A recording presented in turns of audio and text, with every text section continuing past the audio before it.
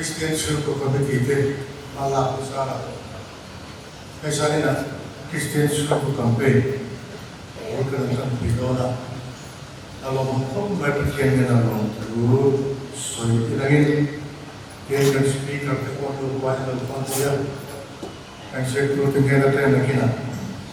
In Belkit, in the Sukanami, itinangin.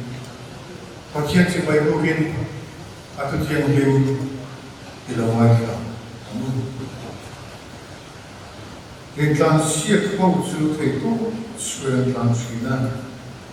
Masih to katsapin Roman, ang butskin ke Romi. Sutiang sun Roman tunge turin lanu. In transim na tel tu de tukeng kima ani suci. Soy model kum chimay ke buturan biya.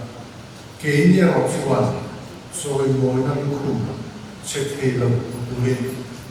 kanbe ani. Kaya raw sorin mo na duko sa kilo tuwin kanbe. Ani, dalawang kansata Mose. Ito siya. Lampahan pakiyan. Sa natagaan ng mga pinakamakyan pagil. Christian Sukwa ang bente. Like ito ko from Pokemon. Minister of Wangin, kan lupa doktor kan konsep. Kin speaker tunggal sokong, sulit jawab ang manusia Wangin, kan lupa doktor kan konsep. Kawai terkait terkait begini, mal sona. Agar uso sebetulnya cara bersona sangatlah. Kerana kau kebetulan kau sendiri, dalam Yesus Kristus kan kita. Amen. Kau kerja itu bersama. Untuk senang faham di sana, Kristen sungguh bangkit, bulu, nampak ya, bangun ya. Maka sabarin, kau kan nuhut dalam berwak boleh tinggal. Nanti patakin Kristen sungguh bangkit di naik kerana yang Kami Kohanitui Ignacio Tina Saperatan Christian Sungko Committee Karmat Fuhoka Christian Sungko Committee Chairman Amin Nanti Kero Oleh Nomen Nanti Committee Chairman Mena Avansian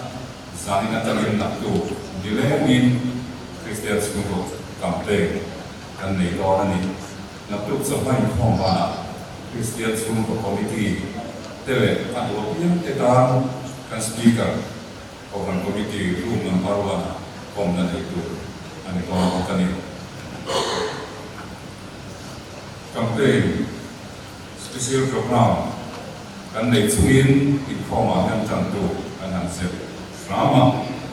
Zanina kan informan tu isi jauh sangat biar zina speaker Reverend Dr. Ahmad Buanga isi ania natu jauh inform di Sunday School kan ni doalo nasuin Sunday School na superintendent mereka semuanya tentu kita kambui biasa na speaker dan jamin dan usaha anak jauh inform tentu Kulat sebelumnya biar pula speaker dan jamin untuk saat mengajar anak.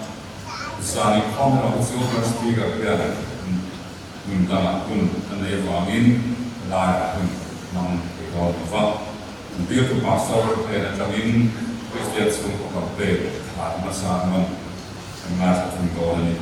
Sesuatu tu minta tak tampui anda. Jika speaker tentu pak, siapa kan singa, jangan omah nomor banyak speaker itu kita looking on over asal paling dir lokal ilah. Speaker yang lu masuk kini kalau unsur di privilege oleh oleh masuk kini dia afen semua lo ka ni ti kha ko kan ko ten se ila ni khwa ni no fa tan ve nga pura ta ho ya fanu ania in ani nei no ko i ta pi na ja ni nei le ta ta ni so va suan ka speaker ko ni khwa la tan mai lo fa an ve nga pa ani ti kha ko kan ni ku ten se ila so ne tin na tu so hai ko ma yan Christian school ko committee tamin kumin na tuon kan tin hun Christian school ko tin hun ni tin school min ko nei nei lo te kan tin mun report toy na tu so mai ko ma yan an se ko ko ani su Christian school committee ten sia ni sila ko ne tin na tu so lo an kan speaker kan dong dong fe ko pastor Pierre Sai Paul pero foi ko na ni ya tak ni anon nei to na ni tin zamina yan Sunday school in mo weekly long ong lo ma na tu so mai ko ma lo chuan Sunday school ling lang tu ni to na ni tin mai si in ko di sang in ngoài là màn này là vin sẽ tụi phò mà để cái quy là UFC mình phò làm sẵn tết để cái quy là phò của anh đi nào tin cần thiết thì cần phải làm cái bộ làm tốt giấc ngủ lưng mua mình phò thấy tụi mình phải xịt cái bộ mà người ta sẽ làm cho nên là ai phò làm tốt giấc ngủ anh được phải đem đó nè rồi vào xuống lại tết làm tốt giấc ngủ anh phò tụi mình kan it so many in revival camping sinot revival camping center nei ko ya mo ta kan tu rin nei tu la ni tu kan ko ko kan sinot le sarkar tan ho bi ko ke una der ka pri me ka la swan ni da ai ke ya ra sa ni tu vang swan mà ai được có mệt mỏi như là tin tưởng cho mà nhân từ lâu mai qua lại qua nhân number 4 cái qua là cái đó này camping masala mà than sưu mi te number 4 thì te aku hovin kan dia kita sedang betul lah aku sampai ke situ dan dia so bang itu tumpi gas number 4 harus ada nih te quality control nakina sikuwa la sa ni pe ante ko sa ile do na ni chu ke bi na se ma ba yin chang lo kan ba ko ma tho chan da wa kan te gi ko sa ra kam de suak chat te ko le ko se ko na ni ya bom on wai me ho kan pa na su da chuan registration an lo tia na su da kan lai chuan kan le le angai do na ni so vang in report si kan lok la kim lo ve ti thao to ma da ko chuan chwa nei angai do ni ti ka sei la to ne voi na so pi pualin sinam hospital pualin isente ani a ko kan ni kuiten kan mai koi mo alo mom le ma ya ti ti report han kui ani isente tu ra kan zong son ti za som tu pa sari kan ni ya eta hian isente han te sa apetei tak chu mi som ria kan ni Sinat hospital tan voina imit somria kan ko fanin kan pe ni chu di kan ve kan ko kan mai ma atha ve kan tangin bi pathum inan pe a kan thara no tangin pakhat kan thar ve kan tangin pathum electric ve kan tangin pakhat fundamental practice tangin pakhat teng ki ko kan sana tanga pe te ni an chunga lo thu kan sei mo mo la ni tim kan ko kan konsul tangin kan senior te kan ko kan pa ten apula tanga to tangin wa sa le ya tim kum lama upa te kum som ria chuang in voin kan sen pe wa sai tem ko ka samon tha ka tim ti sen pe tura ti sen les singa kum som ria chuang te ko kan mo ka ni alo mom dang lo le ma ya ko kan mala na ko kan mai pe wa long tak mung de ani zani ni form mana ya kan speaker te lu ma committee room number 1 la ko committee te ne wi lo ne kan khom tam tu so FSC ko ni tenera ko ko le ko mo tu trang son ye kana trang son bi ko ka chu bang chua Krista chu bin na ba ma ikin no chen bin na aro bin na ma siam ze bin athara zara machine chu mu na ma chuan ti ti na a ti chi a on dir ti na tu che in ka ni le ba na chung ko ti re ni choi chan a ma chuan a chi chu chi na chu ti chuan pathian ma ti na tin re ku ka ti kha a in on thei nan nang ni ma ngai na zon pai le nga chan le ya min mi thiam im zong zum men chuan a sa a zau zia te a se zia te a san zia te a thu zia te sha chuan a sha thu zia te sha chiang thi na le Krista ngai na sha ta ko sha thi na in nei thiam ti chuan te ma ni a thok chin thip ti thi na ang ze rin kan di le kan nei to zong zum ai na si zo ti thei tu te na i chuan chatua nin chuan zong zum te din optiona le Krista ai so a chuan ri lo mo se amen pathian in athu kan sia te ei ta sa ta na ni som sa che ro se amen pathian ma na ni to trai tu wala pa kan pathian ka ni mai tu za ni ma dia ku tiam ni ma i ko shan ho te in shwai ko le awangin kan lo ma i ne na lo tu kan shi che ni wala pa za ni ma dia Christian su ko pe với một đất lễ cùng cần hoa theo cùng cần phân là ai gia thà nào theo cái đi một quy la đi xa để thà nào qua cần suốt quy trình cái thủ lĩnh cần có đi mà đi sòn sẵn chế và lần qua cần speaker đi quy la ai qua sẽ nên thế cộng sản hội việt nam mà đi sòn sẵn chế cần đi không phun dòng nhang anh em mình còn quy thủ lĩnh ít phải bài so Krista đi chung cần đi về kan trong trai luôn đó là mà rồi trong trai cũng bị chịu kan khó khom đó mà cái thằng này trong trai nó chịu bị cái kan suy mấy năm và khả năng trong hơi nhiều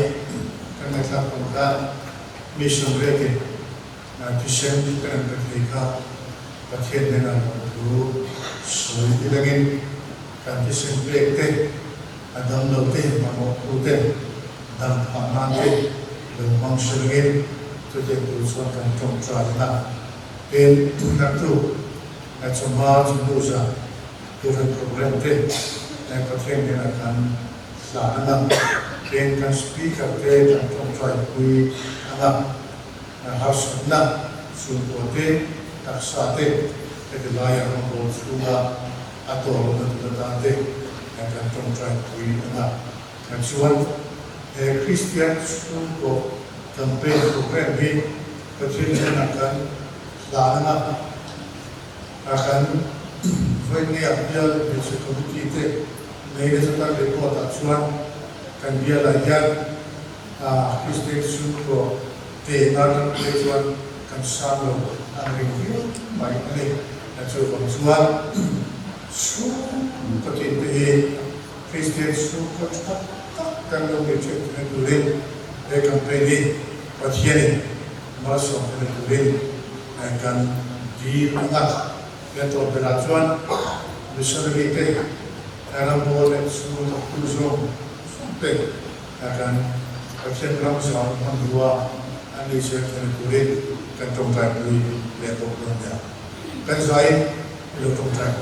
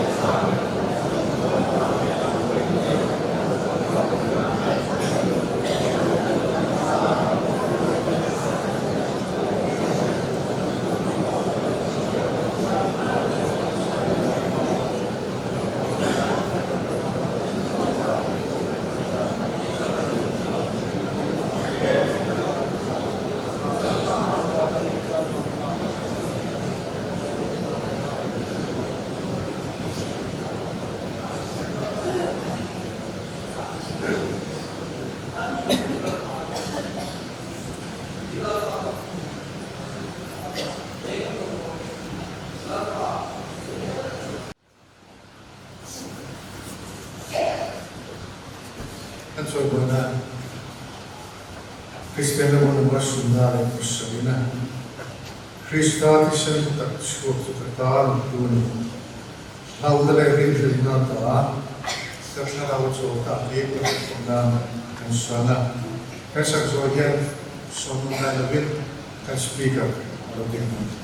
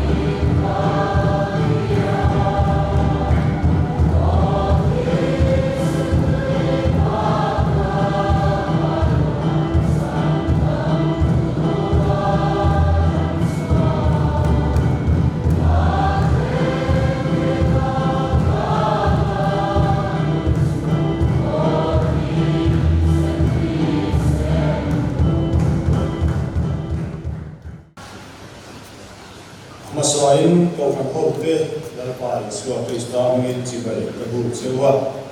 an secretary na soita kuntan ram thar veng ko kan hi kan na mun poi mo tak wa tu ko san ni ya so ko kan ngai maya atian rong bo na tak mai kan chang ke hi ta tu le maya atian le kan wai tu de chunga lo tu ka se ni Christian sung ko campaign kan tia soi tu hi nga hian ka in khre ya zalina ka tu soi tu la he ya tian tu chuan nge ma ya ke ma ni sung ko mi ka changa ka thil chan le le soi ka tu mani pathian tu hun hian nge ngai thai la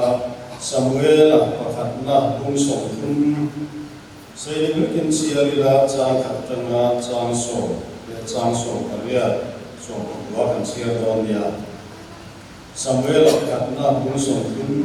cang katangin patian guru ngataku in hati hian nila nitumnia Davida yami ten sikulak anthem suan amale kovin sinlamle sikulak kuat suan luru to benga sikulak kuat suan lo soisa an lo ala May siya tele sumi kuwa papia tetsualia na te insala mana tu mata lobinan shuaya an ho kui wa in Davida le meten kuwa waten suan mai te alo bang 5 wa in an kui te an fapa te an fanu te sala an lo man wa chu te chuan Davida le lo te chuan an ko an suwa an tra le te lo ngin an trapa in Davida kuite pagi Israel mi Naomi le Carmela mi namana nukuya bigeli te ko sala shuaya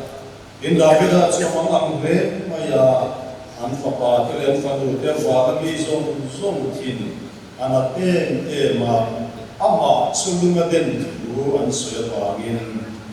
ni ma sel Davida chu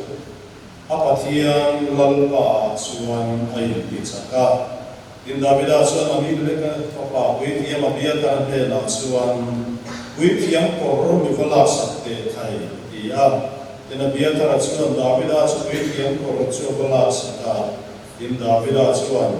chu ho chu mila kala pa angin le in lalpa azota ane chuan asanga ro yu pange nge yanga ichang suak vek nge yang atiya tu chuan Davida chuan kalta ama lende nami so tene in besorui chuan vakhinga an minut sia te chu ta chuan an ta Davida ro chuan ru ze la ama le mizali tene chuan mizali chu an chau to wangin besorui chuan ka me te lo wa ta ni Samson karia ta tin Davida chuan amlek mi ten am lak zong chu alale veka tin Davida chuan an puite pati chu chan suaka chu ti chuan a lian te in an fapa te an fanu te an rala le an thila reng eng ma san le do wa Davida chuan lak sak le veka tung thang lama Korinthon khat bun khat Samson di kalo katangin Samson di Papua ngin sia nila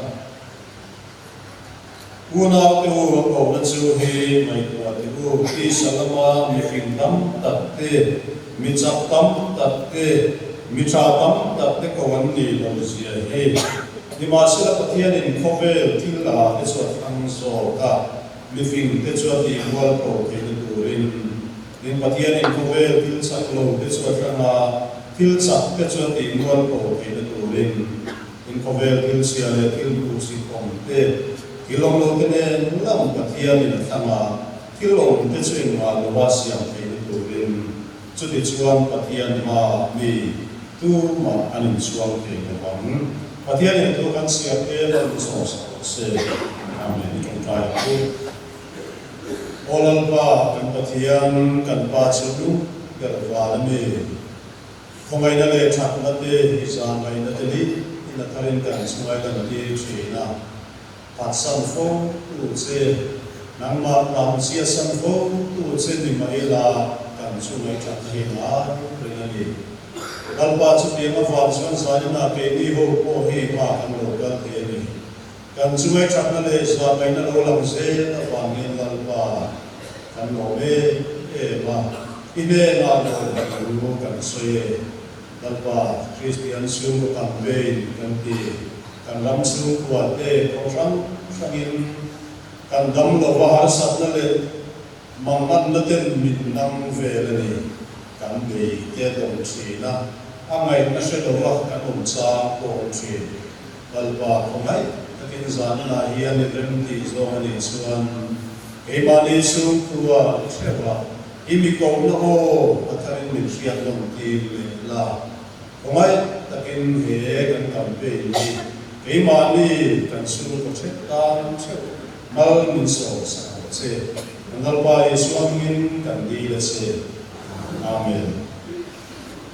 Christian su ko hi kan boy kui na sa pok maya o man besia pe chuan sa ka za ko som sa ni lor atangin nei kun som na chuang kan boy kui wa thu thar ko hi on pe thi to ka ni ai dia mai hi di maya sam pe chuan kan beng te hi se pa ko soi dia ta te mai no ta ka soi te ko kan mai tha ma se ke ma ni chung ko chu a har kan ti le chin sia ne ka tia pathian rong bol na hi mission na kan ti ne ko hi ngai loi na a la hi a thon lo ke ve mo te ka ti missionary te ko he mizo te min she ma nai do ram ko na ta kami te nam boy ni mizo chan chin she ma lo te ne na kan ko bo nei chi a testimony po ma mai no ma sia ro nai ti no pi sa su na har sa ta no pi sa ko ba ga bazar la la ave la swan kan missionary te kan hi a hare e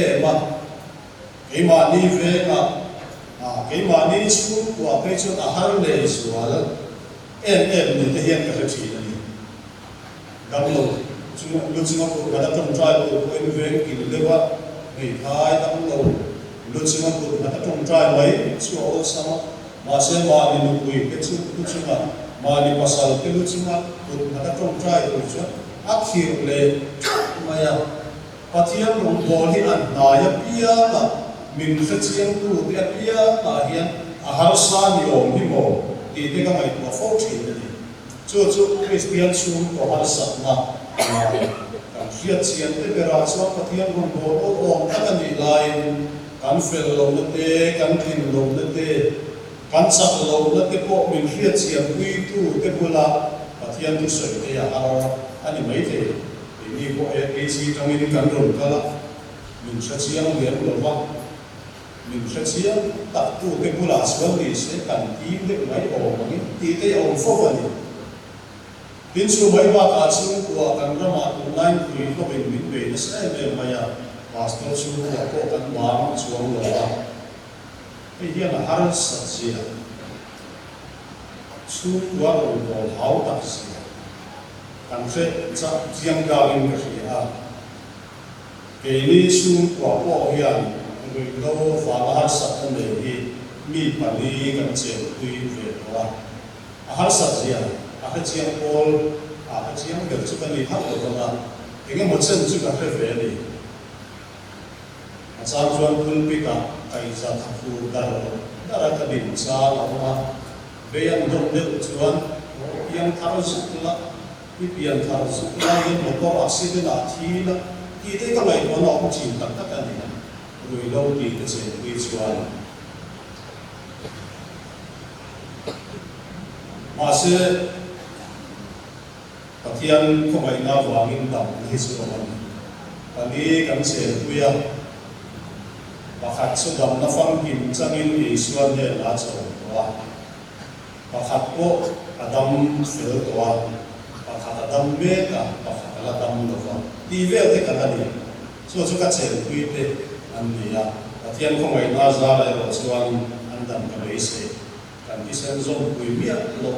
anh đi à tổng kan du cái nông du về cái nút ta kan zen pia anam dam remote mai te kan tia ni lo pathian ichuan adu chuan ma to kan ni dam na hi o mani in ka chian te zinga o hian number 4 ti kum som panga dam to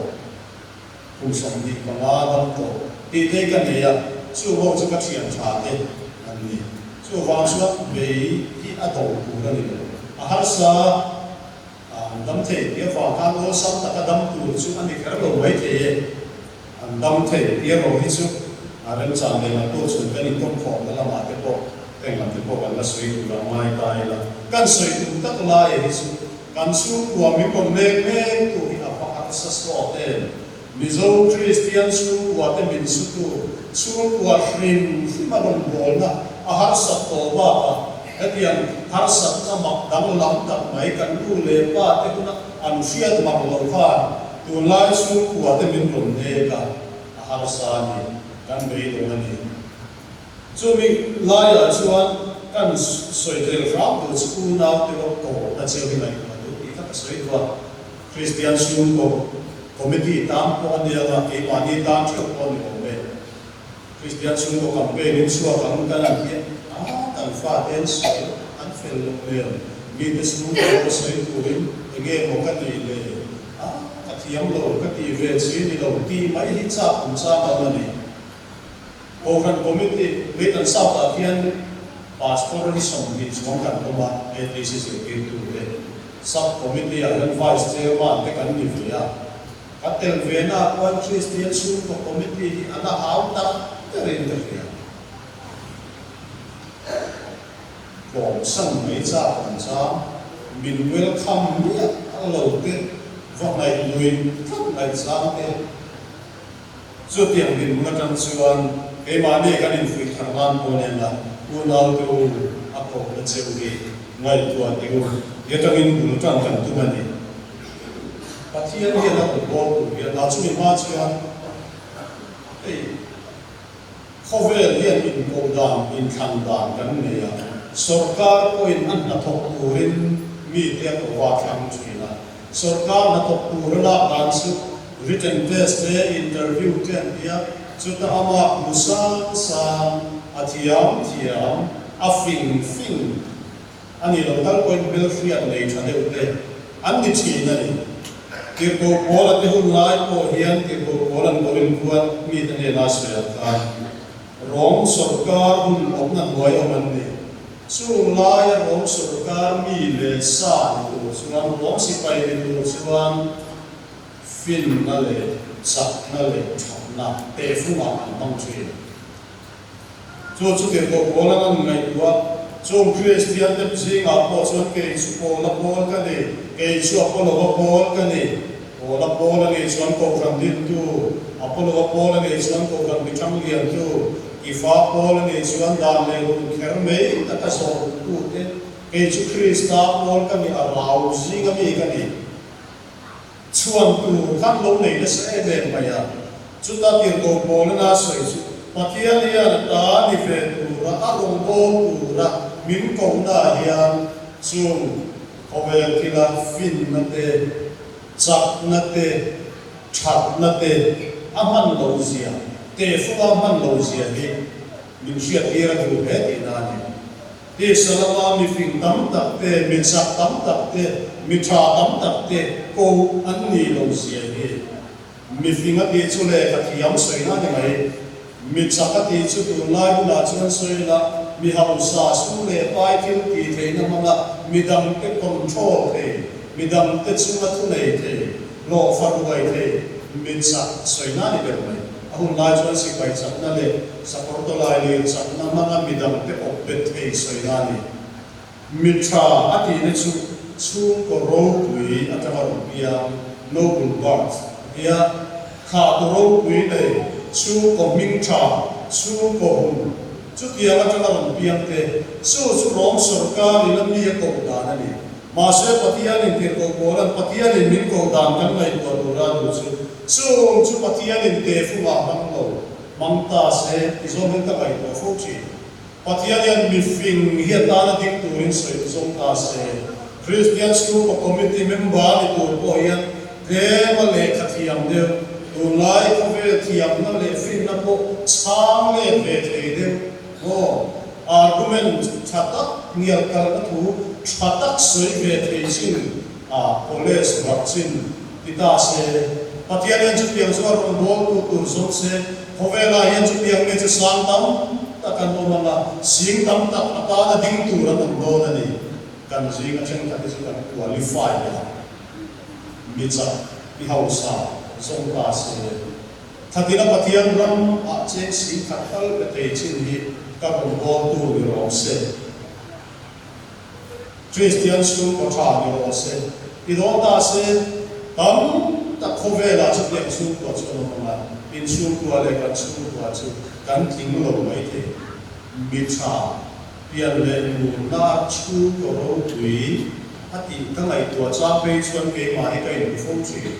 pastor fa pa kan ya kanu lama ka pu kanu pa hi pastor ni ko ka pastor fa pa pastor tu pa ka ni chu me chin chu so ya ni wa ma se chu me pia le chi a chu me thai kha ta la piang su ni ka pi na so dan chuan a fa te na te si ka thum bu ka nei zo wa ka fa te nen me an enin kan ko ma se chen mom ten cha an ba le ba te min lom pe ya kan survive kan dam ko so le ra ani zor ma missionary te no kala Christian ami nan pe ta atian nen mi cha zo ta se ha me thai cha ta ma lom ji su ka ro bol ve tu la ni lo no bai chen bo lo ta ma lom piang chuak te chu ka ro mo tu ran ni lo zole rei te ki na ti boy te ni chu mi cha ko ve na ti an thing ka lo chu ke chu ka ro mo tu an thing ka lo ta se ka te ve te don lo ni ma se la patian in ko ve ti la te thanga ko ve til sia le til mu si tom te me thai kha te ko ta thanga ka te ve ti ta Hovel til a le ka thiam sang lo te trong kam thiam lo em te po a thanga kan tel ve te chu zani na hian he Christian su ko kam pe na pathian min ko na hian kam thin lu ma lo ri non le se ka eng at gin na nge pathian na ko se chu wang ni tu ma pathian ma in suang te lo ong ria wa in ria ing ria wa in ria so mi ka ro go na so mu no the reng reng lo ni ka ri ru na ve fo na so mi jen ka na min so na presbyterian ko na chuan upa de ko chuan ten an dia house adel le ka thiam de I min soi adik vek lo mi chu kan kheve ma se chu thiam na na buri na ka ngai da chuan le ka thiam lo pathian tri tu te ro bo tu an na thing se na in ni tina bo fa ni song cho chu pian pa tha athian ring bur mai ni de chu an ma sen chu mi de chu kan la kham se la ni chu de kham po chu ne na king te len ni a pe lu tu bon chu lai chu mi de chen wa mi nge pathian ya na tha song se bu a fel song se bu athiam song se bu ma se nam le ke ya mi wa mi nge pathian ya na rong bo tu ra min ko du ni ya eng wala chu tiang til sia le til mu si tong te chu arong bol ve ura minu ko nge ani e kan ti ve ve chu kan trong kai ko pang kan ni trong kai chu won won kan ne yang pathian ta kan tho ro kan ni ni the ani the lo ni te ko pathian ne na ta trong kai ku ra ta na tho ro ku chu song se ke ni ai soi ti am so ke ni ai me tam sa te so ke ni ai bu ol wa so ke ni ai zil sam so chu tiang mi te chu ko chu wangin ata na kan trong kai to ne ma fa ma nang le ke min ko ma ni lo fa min ko chan so ka chu ama pathian so kai kan ta na trong kai te ye ma ni trong kam thiam lo trong kam ma la som te ta chu wangin nang nu trong kam thiam lo ta ko fa a du kan se ko Hovela sa mo ro hinger pa khat nian soi tu soi ro hinger pa khat nian soi chu pastor ko tak David Wilkerson sa Bangkan tu saya niki Iswa mamai se niki Iswa mamai se so tiang pun saya kacang song vek ang se min chan song vek wala ka tak sabu rang te hi niki Iswa mamai se din ang aus wa over chu mai te chu ni tu sai chu niki Iswa mamai se di mai te kan soya inung te tu ina kinua Maso te tu in malang so chuan niki cruisa tin lunga khau lunglen ko tera miswa pol mau pol khoi tu kubala sa kha tin lung ti ge na khan o abrik tonga chuan a hebrai tonga chuan a ti lu lo iswa na mai che ti tu mai te kha pathian in malang so chuan lung di ke na ta ka testimony ka soi sui na nau se pele uten lai te ka chuan sang nai ti ta kamu nai ka tho zo ta bi di sir ku in ka kal no lai ka lan se cha ro cha ma se nau se pele uten lai te ka chuan sang nai ti ta ke ma su fi na la fi na chuan kan se te nau se Lutan lai ta ka ya in thu me chu chi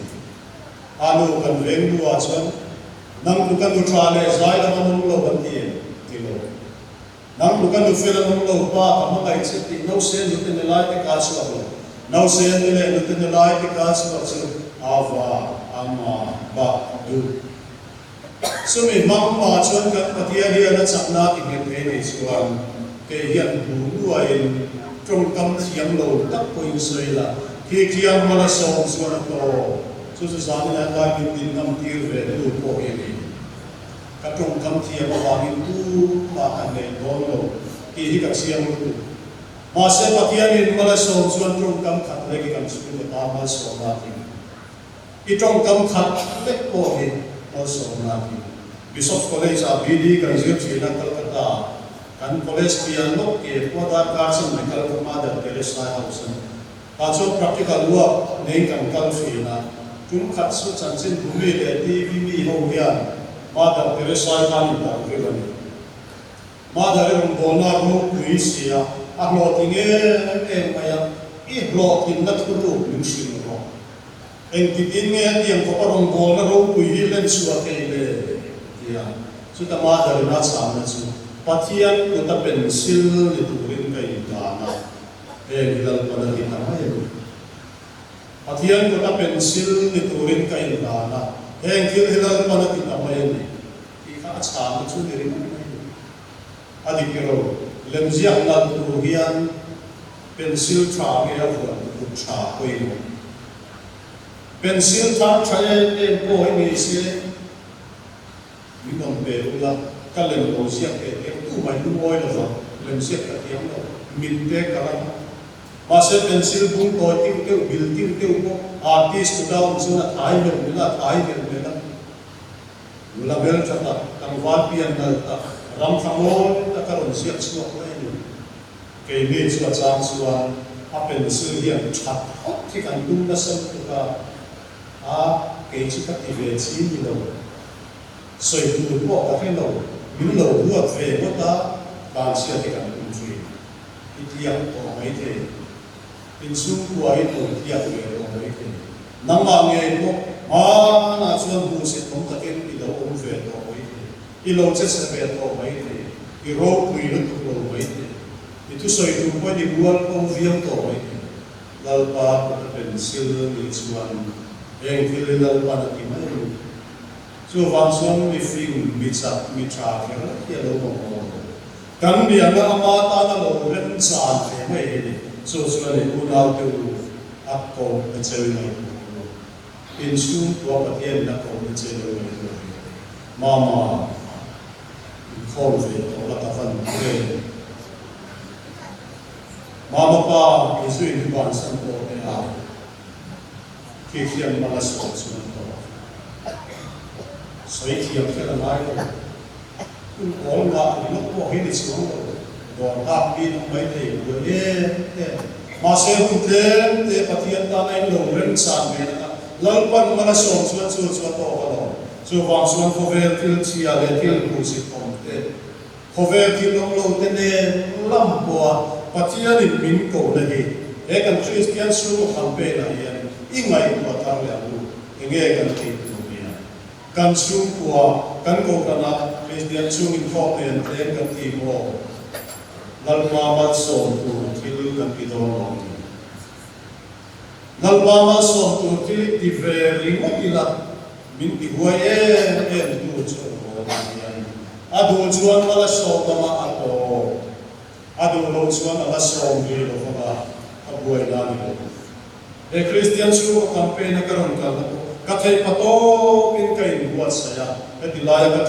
tum trai ni su alwa ka bui mel mai lan dan te ka tum kam thia ma te e do chuan mang la chu ai poi mo chu ka tum kam thiam lo na po e do chuan mang che tum kam thiam ni ka cha kan ko chu ka tum kam thiam lo na nge ko lal pa man tu ra ni chu a man su a to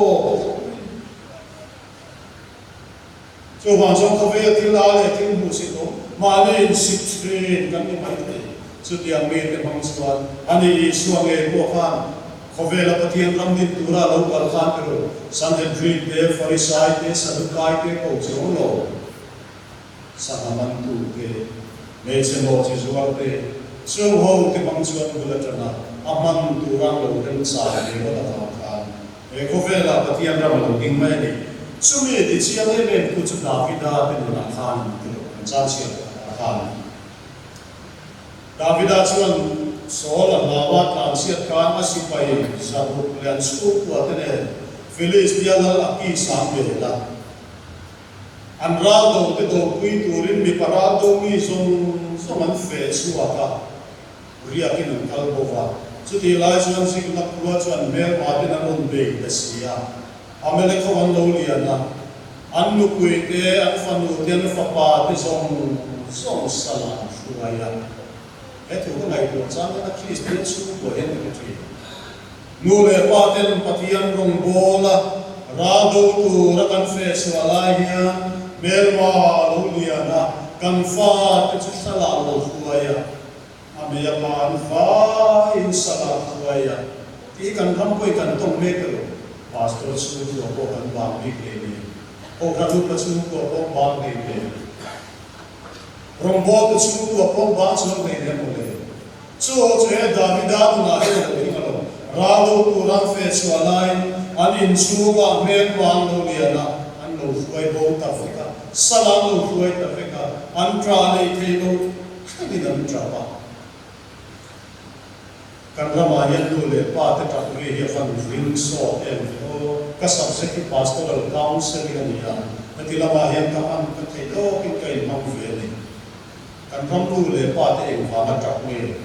in chi a wa ma tak an me no mai the thom mo ne chan do wa ma tak an me no mai the ma se fa te sa an ta na wa ma tak thi lu le pa ni chu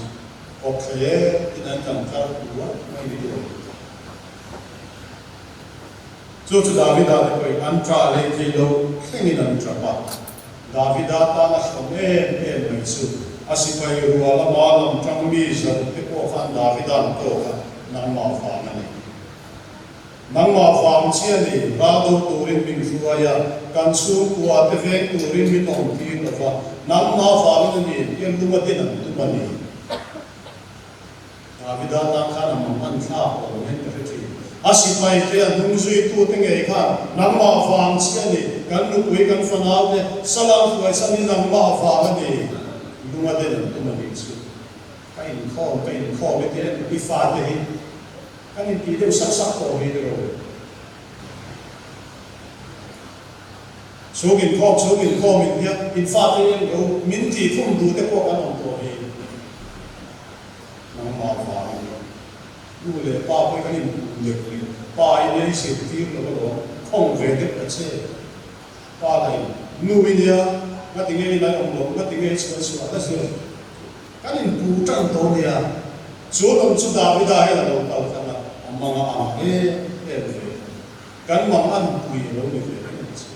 Masa Davida na chin siat ta ke mai chu nima sela Davida chu apathian lalpa chu anai pitsaka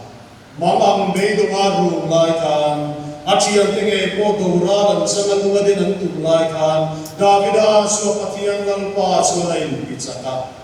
about John ai tha panglam na chan chin ro theng do ta pathian na Patian la mahoya patian na roya lalpa chu ho chu minaka pangin abe tong sa ko ito amalek sipai ruwal zal ro we tak mai sak em mai anni sipai sa lek nitum chu chu buat ko ito ra do na nakal ani nan wong singa e rum lawan lo hal sak andang acara ni la tram to sumi tene na amalek sipai ral ni an tu mai tu sa hello in lafit le ko tam i mai kha sa i ha chon ko tam ma se pathia thlo theng chu ro yu pa ai chan swat le ve ka o pathia thli o om lo sa ta ka ni me sa du la ke da sa ro si pai cha ra to ma fam ting ne an ni sa we te to cha ko ko ai lo i chan swat le ve ka ki chu a kal pa ko dang kan ngai kha ni ro ti mai kha sa Masa Davida sukala akal nuwa patian ni ko mala tituang re lo besor rian kan don swan mi zarusina mi sanhisi lui po kan fe to lo khopin an chawa zalit an nakal sham ani ngam leve I ha chaw lo am ti mai kha cha ko Davida ta ni Masa kan hu chu kan siara an sian takin Suni chuan alian tein an fapa te an fanu te an rala an thila re reng en maksa an le fa lalpa ma hoya fa khan chu ro ko na chu khovel sia ko dan chu na te lo reng kan fa te drugs adit kan an se medical science an thua ko khoi dan te voi khat ya dik ko chuan adikin ni reng the converse slogan once and a week, always and a week. Recovery, so lifelong dam school, dam to any tingam pulang ilo, dam nek ani dulete ani, lapsing di soda ani, kenanti. Cover the na transfer, look ani dulu. Tabedo, imove. Begitu lahir dulu. Masa itu tilai Davida ne na patia tu keng su ro yu pa ichan suat dule pa tu kan su wa tu ni la ro tu tu ni nei ve zule tu la ni ka tu ni la ne chang ka na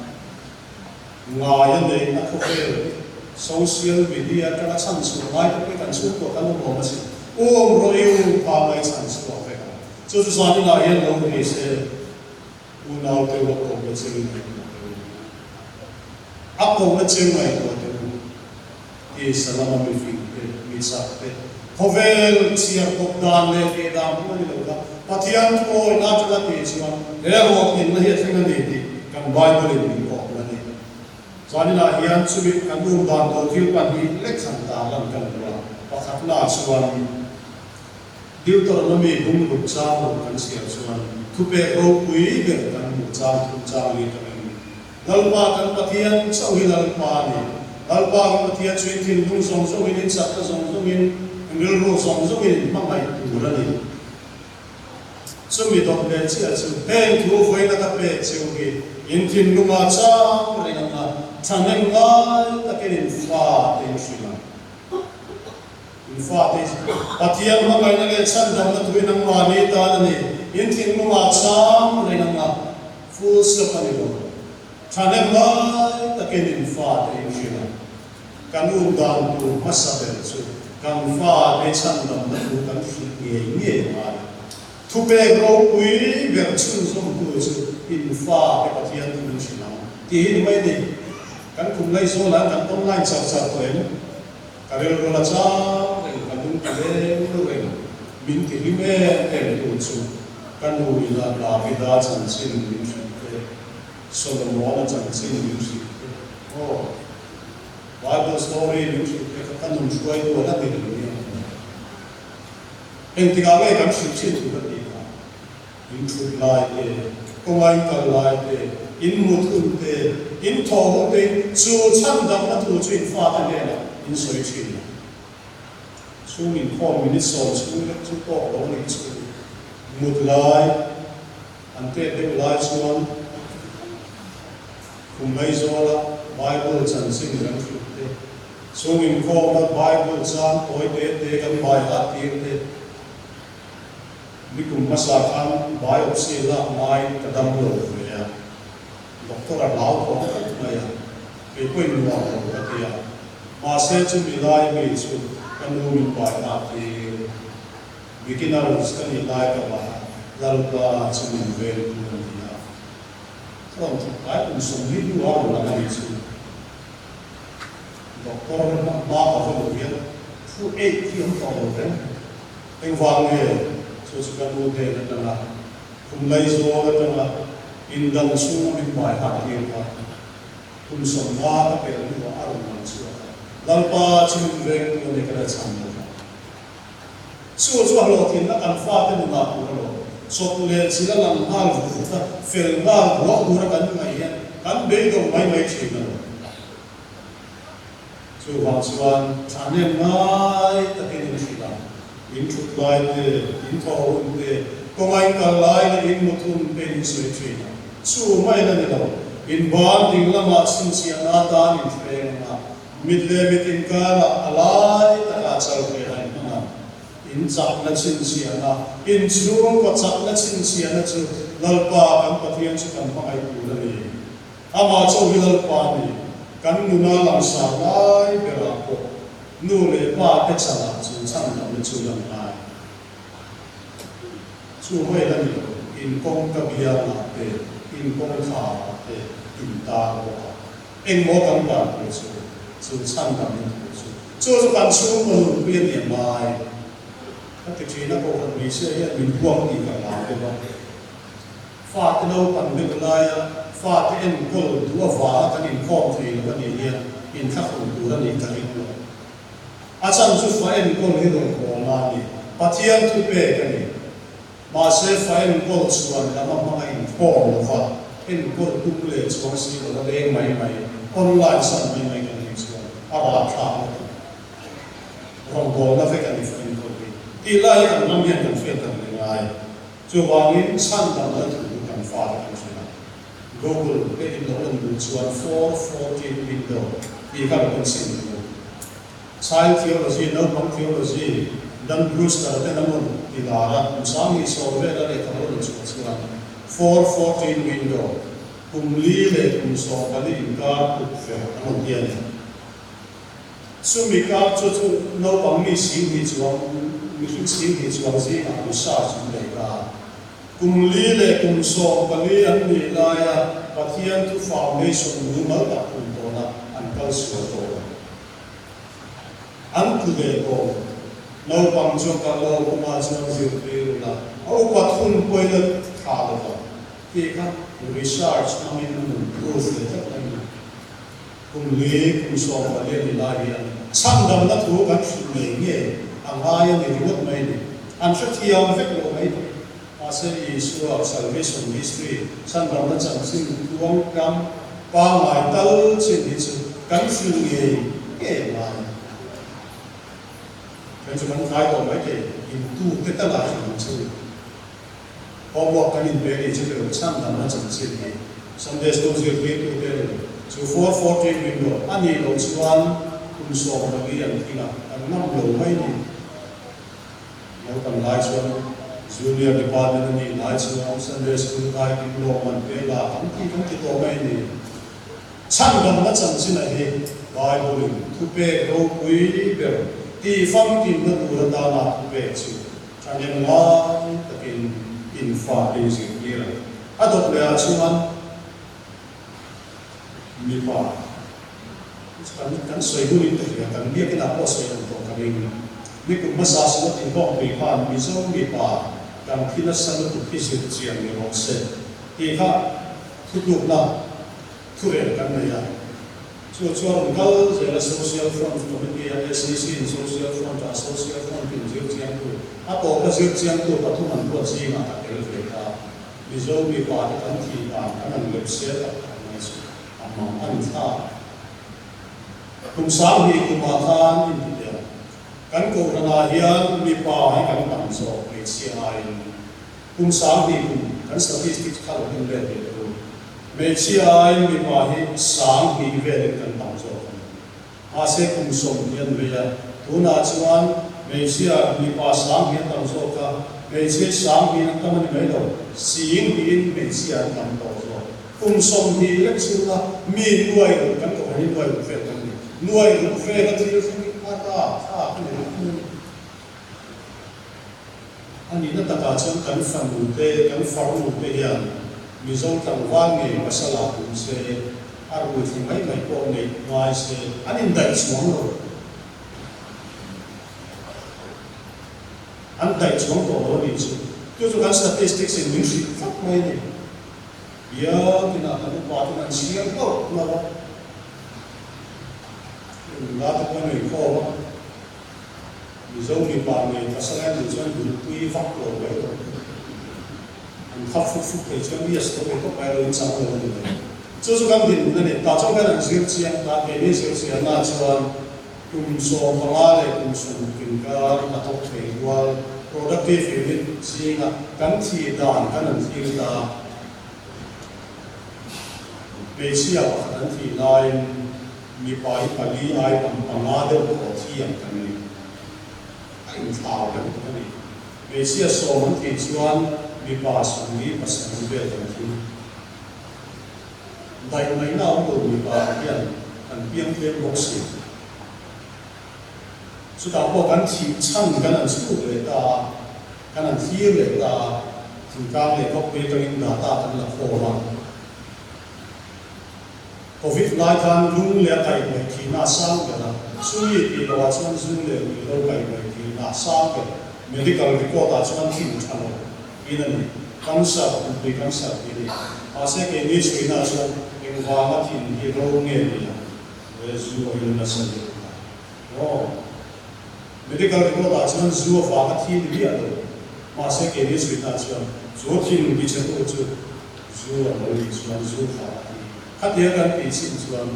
kumsong bangal kumsong putra ingkar Yesus banget kita zasam sakit itu Yesus kau kaya so kan di nabe mi tu makan sih nama ya ini so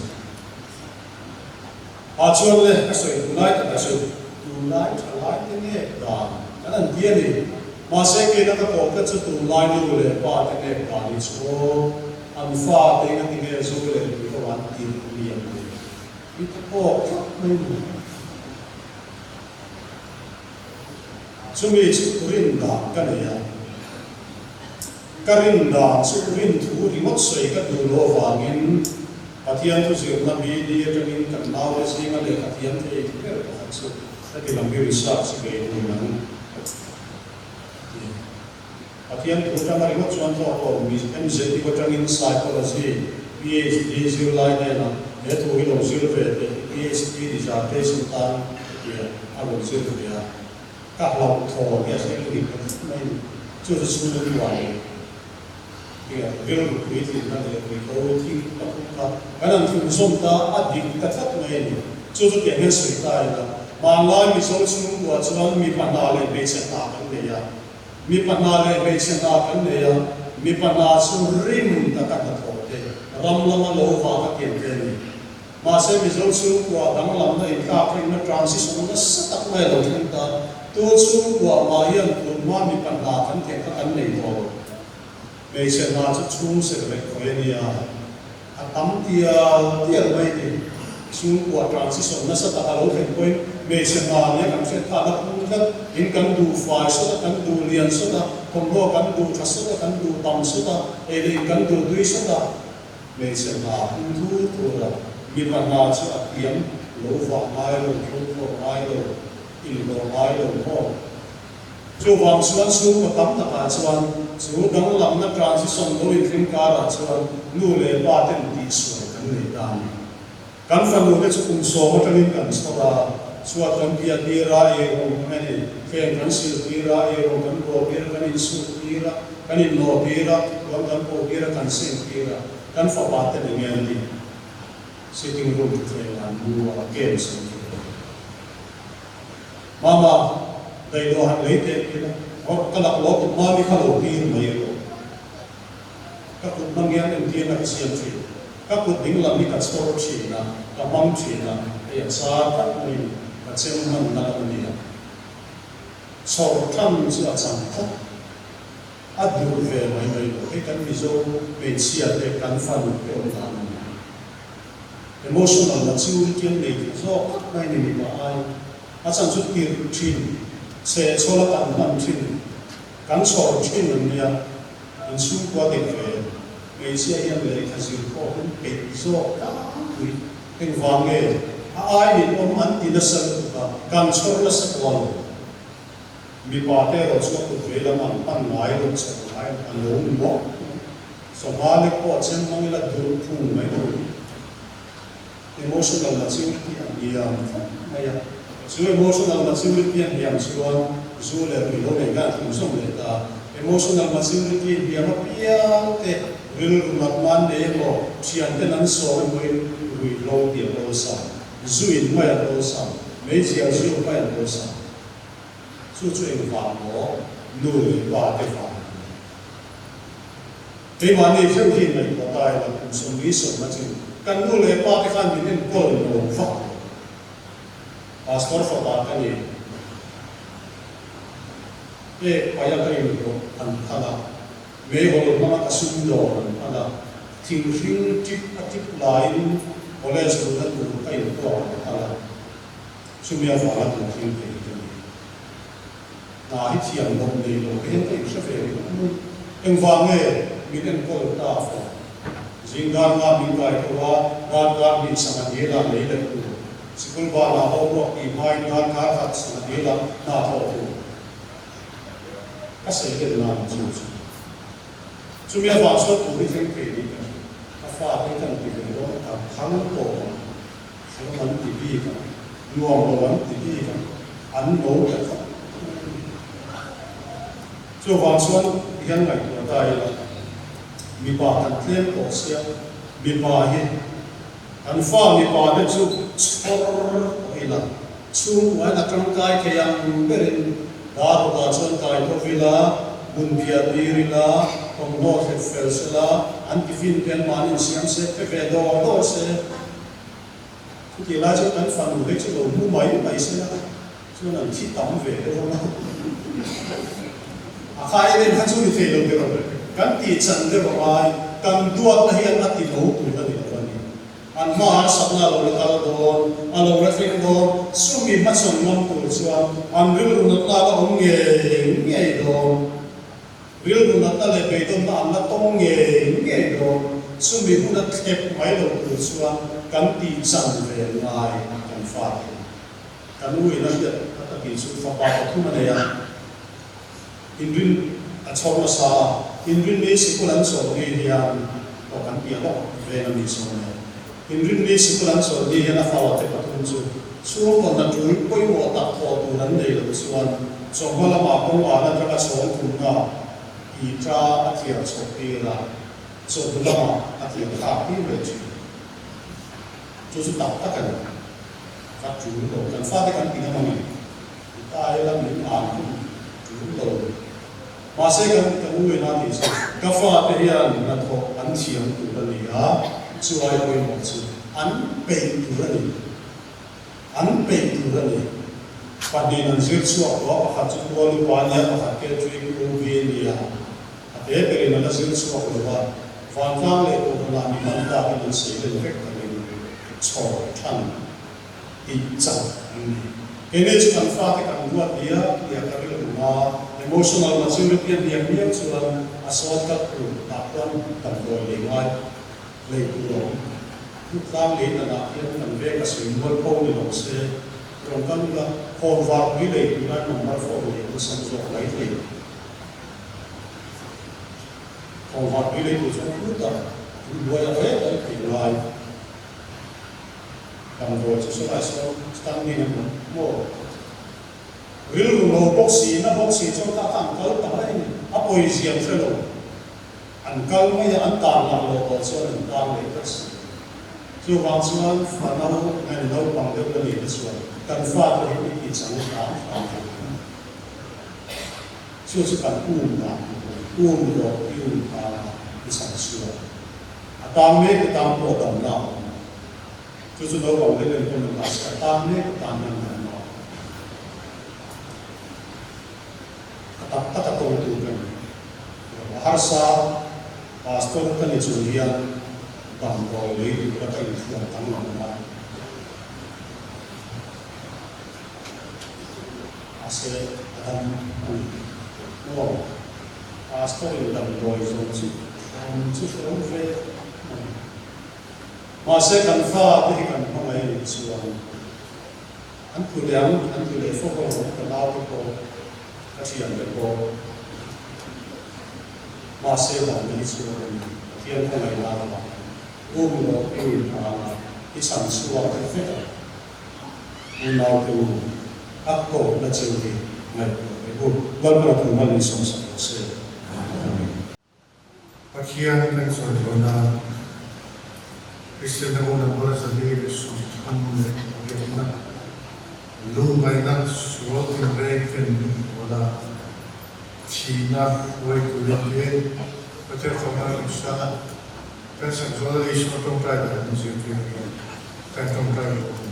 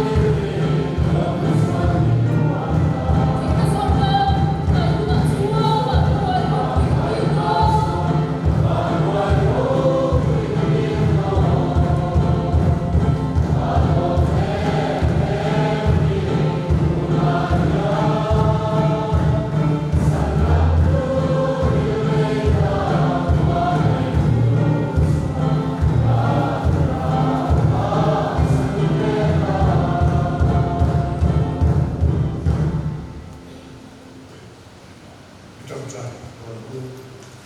更把翻译一并我是一让我是一读说